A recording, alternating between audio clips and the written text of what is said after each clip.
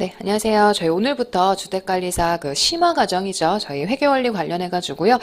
또 설명을 할 신의미 세무사라고 하고요. 저희 이제 첫 시간이니까 어떻게 앞으로 수업을 나갈 건지 간단하게 설명드린 다음에 진도를 좀 나가는 걸로 하겠습니다. 저희 기본 과정과는 달리요. 심화 과정이 조금 짧아요. 그래서 심화 과정은 어느 분을 대상으로 하는 거냐면 일단 기본 과정을 듣고 오신 분을 대상으로 합니다. 기본 과정 없이 바로 심화 과정으로 오시면 무슨 내용인지 모르겠다라고 하시는 경우가 꽤 많아요. 그래서 순서가 있으니까 일단 기본 과정을 충실하게 학습하시고 심화 과정은 전 범위를 다시 복습을 합니다. 그리고 기본 반 때는 조금 어려운 개념은 뒤로 미룬 것도 좀 있어요. 그런 것들을 다 첨부해서 여기 있는 교재를 전부 다 다시 나간다라고 생각하시면 돼요. 그래서 교재는 기본 교재를 똑같이 사용하시면 되고요. 기본 과정에서 썼던 교재에서 처음부터 끝까지를 다시 한번 되짚어 드리는 과정이라고 생각하시면 조금 수월하실 것 같습니다.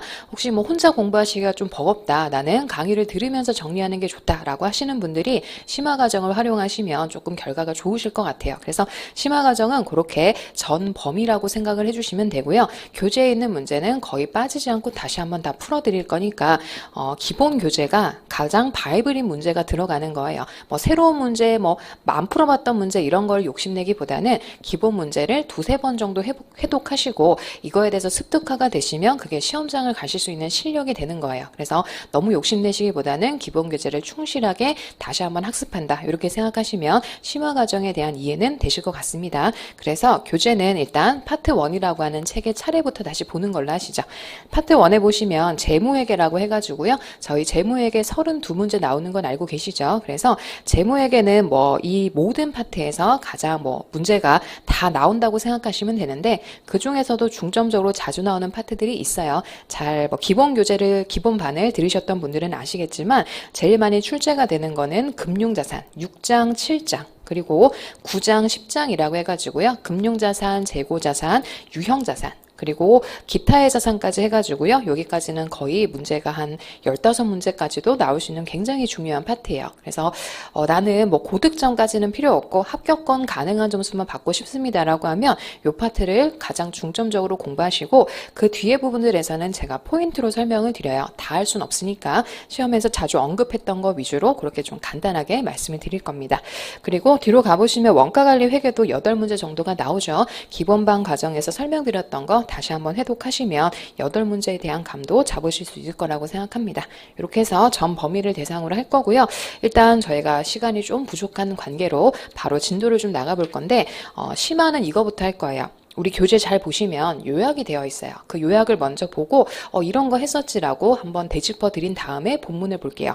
교재는 23페이지라고 하는 회계의 기초 왼쪽에 보시면 요약되어 있는 게 있어요. 우리 요약된 거 보시면 다 설명드릴 내용이 정말 잘 들어가 있어요. 그래서 저는요, 공부할 때 이 요약되어 있는 거 한번 따라서 써보시는 것도 좋은 것 같아요. 아니면 시간이 없으면 정말 이 요약된 것만 따로 복사하시든가 해서 그것만 계속 반복해서 보셔도 정말 도움이 되실 것 같아요. 그래서 요약되어 있는 걸 한번 보고 그 다음에 본문을 가지고 조금 더 심도 있는 얘기를 드리도록 할게요. 일단 회계의 기초에서 제일 먼저 나오는 게 뭐예요? 회계가 뭐냐 이거죠. 저희가 배우는 과목에 대한 이해가 있어야 돼요. 회계는 도대체 왜 합니까? 뭔가 필요하니까 하겠죠. 회계라는 게 아무짝에도 쓸모 없었으면 굳이 힘들게 회계 공부를 하실 필요도 없고요. 굳이 재무제표라는 거를 만들 이유도 없어요. 근데 회계라는 게 필요하죠. 서점만 가보셔도 회계에 대한 얘기가 굉장히 많아요. 최근에 주식 투자에 관심이 많으셔서 그런가 제가 서점 가는 게 취미예요. 서점 가보면 거의 대부분 다 재무제표 어떻게 읽는 법, 주식 투자 성공하는 법이라고 굉장히 책이 많이 나와 있어요. 뭔가 연결이 된다는 얘기죠. 그래서 회계가 그런 쓰임새가 있구나. 그래서 회계는 왜 필요한지에 대한 이해고요. 회계가 하고자 하는 목적이 뭐겠어요? 정보 전달. 우리 이 정보를 가지고 잘 써먹으시라고 주는 게 회계예요. 그래서 회계의 목적이 뭐냐라고 하는 것이 교재에 기술되어 있죠. 요거는 지금 별표를 하시면 돼요. 시험이라면 회계하는 사람이잖아요. 그럼 뭐 물어보고 싶겠어요? 우리 회계 좋은 회계. 그래서 회계가 뭐가 좋은 거야? 라는 그 목적을 물어보겠죠. 이거 교수님들이 내시는 거예요. 이 회계라는 과목을 몇십 년간 공부하신 분들이라면 애정이 상당하시단 말이에요. 그러면 회계를 하는 목적이 중요하다. 회계는 유용한 정보를 전달하는 것이 목적입니다. 그래서 요거는 빈출되는 주제였죠.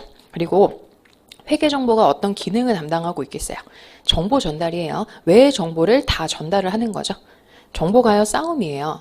우리 돈 많으신 분한테 정보가 많이 가게 되면 돈 많은 분은 더 부자가 되는 거고 돈 없는 사람은 더 가난해지는 거예요. 그래서 정보를 공평하게 전달해가지고 다양한 곳에다가 투자하고 경제 환경이 효율적으로 이루어지도록 회계 정보를 전달하는 것이 그런 기능을 담당하고 있어요. 그냥 좋은 기업에 좋은 돈이 가도록 만드는 거. 이런 게 이제 회계 정보의 기능이라고 보시면 돼요. 그래서 그런 얘기를 했었고요. 그 밑으로 가보시면 이렇게 중요한 회계는 그냥 만들면 돼요, 안 돼요? 안 되죠. 기준이라는 게 있어야 돼요. 기준 없이 그냥 만드는 거라면 믿으시고 투자하실 순 없다.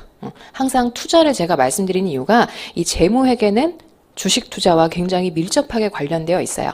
본인이 주주라고 생각하시면 가장 직관적으로 받아들일 수 있는 게 회계예요. 그래서 한국 채대 국제회계 기준이라는 굉장히 그 외국에서 유명하신 또 학자님들 와가지고요. 서로 합의해서 만든 기준을 저희가 그대로 차용해서 재무제표를 만들어요. 그러면 이 기준은 어떤 특성을 가지고 있는지도 물어보겠죠.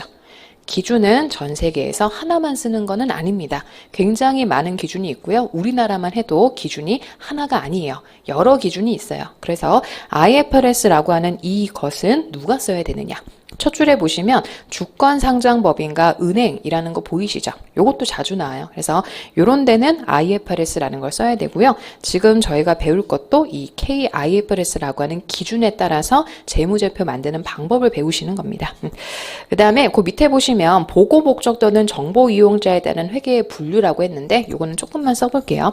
자, 회계의 목적은 뭐라고 말씀드렸어요? 회계의 목적은 유용한 정보의 제공. 자, 유용한 정보의 제공인데 유용한 정보라는 게 모든 사람이 다 공통적으로 똑같이 생각하진 않잖아요. 누구는 이게 유용하다고 생각하는데 누구는 그거 별로야 라고 하시는 분도 있어요. 다 마찬가지예요. 뭐 강의도 마찬가지고 자기한테 잘 맞는 강의가 있죠. 누구는 이렇게 들었을 때 훨씬 좋은데 누구는 또 아닐 수도 있는 거예요. 그래서 유용하다고 생각하는 정보는 정보 대상자, 이용자마다 좀 다른 거예요. 그래서 유용한 정보라는 것은 누가 그 정보를 이용하는가에 따라서 느끼는 바가 좀 다르다고 했습니다. 이래서 나오는 게 관리회계라는 게 있고 그 다음에 재무회계라는 게 있죠.